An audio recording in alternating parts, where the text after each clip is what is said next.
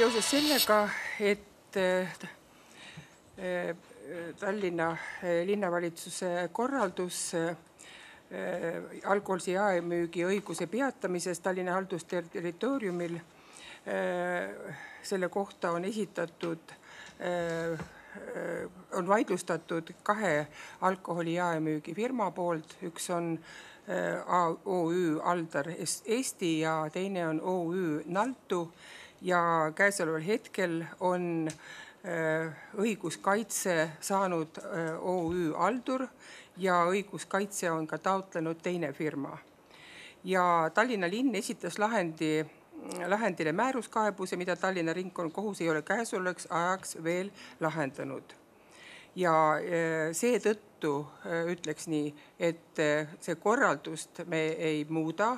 See korraldus jääb kehtima, kuid me peatame selle korralduse tänase linnavalitsuse korraldusega nii kaua, kui kohtuotsuse saame.